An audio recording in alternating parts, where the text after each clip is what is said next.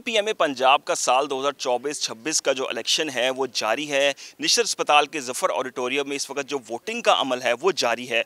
हमारे साथ कुछ नुमाइंदगान मौजूद हैं, सपोर्टर्स मौजूद हैं, उनसे भी बात कर लेते हैं। सर बताइएगा, जो इलेक्शन आज हो रहा है इसके हवाले से कब तक वोटिंग जारी रहनी है और कितने जो वोटर्स हैं वो अपना हक राय दही इसमें इस्तेमाल करेंगे, मुल्तान में ख़ास तौर पर अगर बात।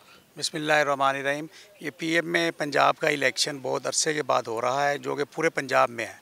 इससे पहले सिर्फ लाहौर में इलेक्शन होता था, अब पंजाब के 30 डिस्ट्रिक्ट में इलेक्शन हो रहा है। और हम साउथ पंजाब वाले प्रोफेसर डॉक्टर मसूद हराज साहब की सरबराही में हमारा मुतफ़िका उम्मीदवार पूरे साउथ पंजाब के एक ही हैं, वो डॉक्टर जाहिद मकसूद साहब हैं सदर के लिए, और जॉइंट सेक्रेटरी के लिए डॉक्टर अमजद हुसैन और डॉक्टर इकबाल हुसैन साहब हैं। तो इंशाल्लाह पोलिंग का अमल 2 बजे तक जारी रहेगा और जो इलेक्शन रिजल्ट हैं वो इंशाल्लाह 4 बजे अनाउंस किए जाएंगे।